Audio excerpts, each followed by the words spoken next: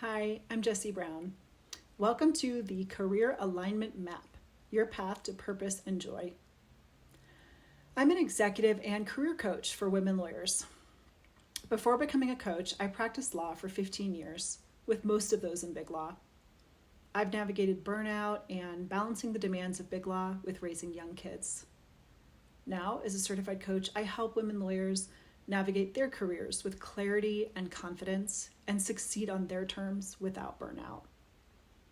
If you're feeling confused, anxious, exhausted, or even just low in energy and motivation when it comes to your career, you're not alone and you're in the right place. For the next 20 minutes, you'll discover why you may be feeling confused or conflicted when it comes to your career, how to follow your inner compass, which will lead you toward career alignment, what to expect on the journey toward alignment, and why alignment matters, not just for your work, but for your life. Have you ever had a moment where your body gave you a signal that something was off? I remember sitting in a deposition, deposing a plaintiff who was a female surgeon, and feeling physically nauseous, not from nerves, but from misalignment. Based on what I had read in the discovery responses, I believed the plaintiff, who was suing my client for wrongful termination, had been discriminated against and had a valid claim. Yet my role was to defend the company and frame her termination as justified by highlighting her flaws and mistakes. The time she was late for a meeting, even though it was to take care of a sick kid. The time she made a minor mistake in a procedure, even though male surgeons frequently made the same mistakes and they weren't disciplined. Emphasizing her flaws went against my values, and I experienced an internal conflict between what I call the authentic self and the conditioned self. My authentic self respected her and felt compassion for her, yet my conditioned self knew I had a job to do. This inner conflict was so strong that I felt sick. I'd built a successful career as a lawyer. I was working as a senior counsel at a big firm with colleagues I liked and making good money, but I had lost myself along the way. Today I'm here to share the map that helped me find my way. Let's start just like any map does with that little dot that says, you are here. Because before we can begin a journey, we have to know where we're starting from. So let me ask you, do you wake up on Monday with a pit in your stomach? Do you feel a sense of dread, boredom, or even resentment when you think about your work? Do you find yourself living for the weekend or the next vacation? Do you complain a lot about work? Do you say yes when you want to say no? Are you exhausted even though you're getting enough sleep? If so, you're not alone. I was there too. And as a coach, I talk with women lawyers who feel this way all the time. There's nothing wrong with you. Your current role may just be out of alignment with who you truly are. When I was considering partnership in my old firm, I attended a leadership training program. The trainer had us write a sentence 3 times with our non-dominant hand and 3 times with our dominant hand. Writing with our non-dominant hand is like doing work that requires us to operate outside our strengths and values, while writing with our dominant hand is like doing work that aligns with our strengths and values. This was a light bulb moment for me. I realized that while I technically could do work that did not align with my strengths or values, and I had for years, it required a lot more energy than doing work that aligned. When our work is misaligned with our authentic self, we lose motivation. It's not because we lack drive, but because we're forcing ourselves down a path that doesn't fit. It's like trying to shove a round peg into a square hole. It takes a lot of energy and it doesn't work so well. This is why career misalignment can contribute to burnout. Burnout occurs when our energy output exceeds our energy input over time. We become like a car running on fumes with the gas light, which is like the signals we receive through our emotions, our body, and our energy, blaring red. In contrast, when our work aligns with our authentic self, we feel energized and inspired. Our body feels lighter, more expansive. It's the difference between needing to push ourselves to do our work, motivated by fear of what might happen if we don't, and feeling pulled toward our work, motivated by love for what we're doing. One Once we locate ourselves on the career alignment map, the next question is, how did we get here? Most of us got here by following the guidance of our conditioned self. There are two versions of us driving our life, what I call the conditioned self and the authentic self. Let's explore how these developed. As children, we depended on the goodwill of others to survive, and we were like sponges. As we observed what made our caregivers happy or upset, what caused us to be treated kindly or harshly, what helped us get our needs met, what helped us fit in at school, and what earned us praise and minimized criticism, we developed a conditioned self. Our conditioned self learned to be the good girl, the high achiever, the people pleaser, the perfectionist, the controller, the chameleon. Our conditioned self learned to put others' needs above our own and avoid taking risks if we weren't 100% sure we would succeed. Our conditioned self absorbed and conformed to the values of the culture around us, regardless of whether they felt true to us. Our conditioned self was wired to believe that if we weren't accepted, we wouldn't survive. And for many of us as kids, it really did feel that way. But as adults, we don't need the same protection from the conditioned self that we may have needed in childhood or adolescence. Yet as lawyers, our conditioned self often gets reinforced. Law school teaches us to seek external validation through grades, class rankings, and whether we made law review. As lawyers, we're trained to look outside ourselves for answers, to cite authority, to quote precedent. If we work in law firms, we're often evaluated by how many hours we bill and how efficient we are. So we are trained to produce more, to work faster, and by all means to never make a mistake. All this can strengthen our conditioned self and drown out the voice of our authentic self when it comes to our careers. And many of us stay stuck in roles we're dissatisfied with because of two fallacies. The first is social comparison. We think, she's happy in her career, why can't I be? But as you'll soon see, we each have a unique inner compass and path that's right for us. What gives one person a sense of meaning and fulfillment is another person's drudgery. For example, there are aspects of my husband's in-house job that he finds thrilling that would bore me to death, and vice versa. The second issue that keeps us stuck is the sunk cost fallacy. We think, I've come this far, I might as well stick it out. This is like throwing good money after bad in Vegas. It's better to cut our losses, and as soon as we realize we're off track. This doesn't necessarily mean we'll quit our job. For me, it meant trying different practice areas, hiring a coach, doing inner work, saving money to give me more freedom in my career choices. The moment we realize our conditioned self has been making choices for our career is the moment we can choose to explore what else might be possible. Our conditioned self's fear of taking risks, of not having enough money, or of being judged by others can interfere with our ability to follow our inner compass. Our conditioned self means well and in many ways has kept us safe and served us for a time. She deserves our sincere appreciation. But when she's in charge of our career, we often end up with a career that looks good, but feels bad. The authentic self, on the other hand, is who we really are. It's the part of us that's joyful and alive, curious, creative, courageous. In contrast with the younger conditioned self, our authentic self has all the wisdom and experience of our current biological age. She has perspective. She has the ability to evaluate, plan for, and take risks. She can set healthy boundaries. She's concerned with our well-being and authenticity, not social approval. She's been whispering all along, but her voice is often drowned out by the louder voices telling us what we should do. She wants us to feel engaged in our work, to spend our limited time on earth doing what we find meaningful. She's the one who nudges us through our emotions, our body, and our energy to let us know when we're off course. So if letting our conditioned self make our career choices got us off course, how do we find our way back? We start by using our inner compass. This is the voice of our authentic self, the part of us that knows who we are and what we truly care about, not what we think we should care about. Our inner compass communicates through our emotions, our energy levels, and our bodily sensations. We can find our inner compass by asking ourselves, when do I feel energized by my work? What types of tasks do I enjoy doing? What am I naturally curious about? If money weren't a concern, How would I spend my time?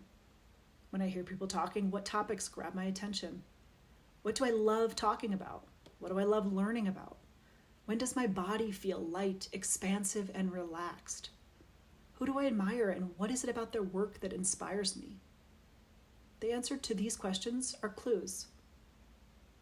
Think about the last time you felt fully immersed in something, so present, so engaged, so pleasurably absorbed in what you were doing that you lost track of time. That's called a flow state, which can be measured by changes in the brain and body, including increased dopamine, which is associated with feelings of reward and satisfaction, increased focus, and attention. And it's one of the most powerful indicators of alignment. When you're in a flow state, you may be amazed at the energy and the motivation you have to do your work, and you produce better results. Because when our work aligns with our authentic self, we are in what psychologist Gay Hendricks calls our zone of genius. This is where our talents, passions, and strengths converge, leading to more creativity, joy, and fulfillment. We're in our zone of genius when we're doing work we love while making a positive contribution. So if our inner compass is telling us we're off course, where do we start? We can make small choices toward alignment. These small choices are what Martha Beck calls 1-degree turns. When a plane is just 1 degree off course, it will land in an entirely different destination than intended. When we make 1-degree turns following our inner compass, we begin to shift the direction of our lives.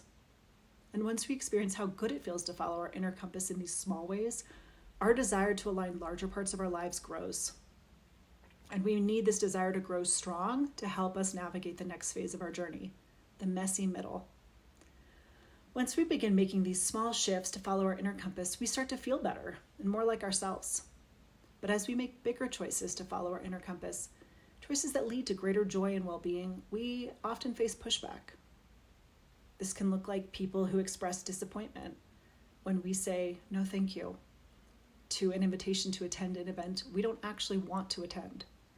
Or friends may stop inviting us to lunch once we stop participating in gossip because we see that gossip reduces our peace.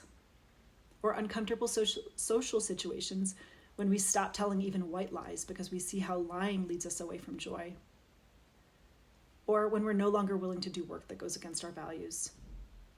For example, after I took the plaintiff's deposition I described earlier, I changed practice areas from employment defense litigation to estate planning. It may also look like setting boundaries to protect our well-being, which may mean limiting the time we spend with people who drain us.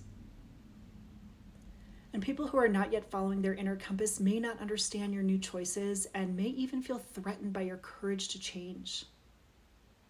Henry David Thoreau once said, "The mass of men lead lives of quiet desperation." When you choose not to live a life of quiet desperation, you're going against the grain. You're now in the minority, and it's a wonderful place to be, but at first it can feel lonely. As I began spending less time with people who drained me and I started saying no when I wanted to say no, I began to fear that I'd lost all my friends. My new friends seemed to only exist in books and on podcasts. But I kept following my inner compass and showing up authentically, and I can tell you that this acts as a magnet.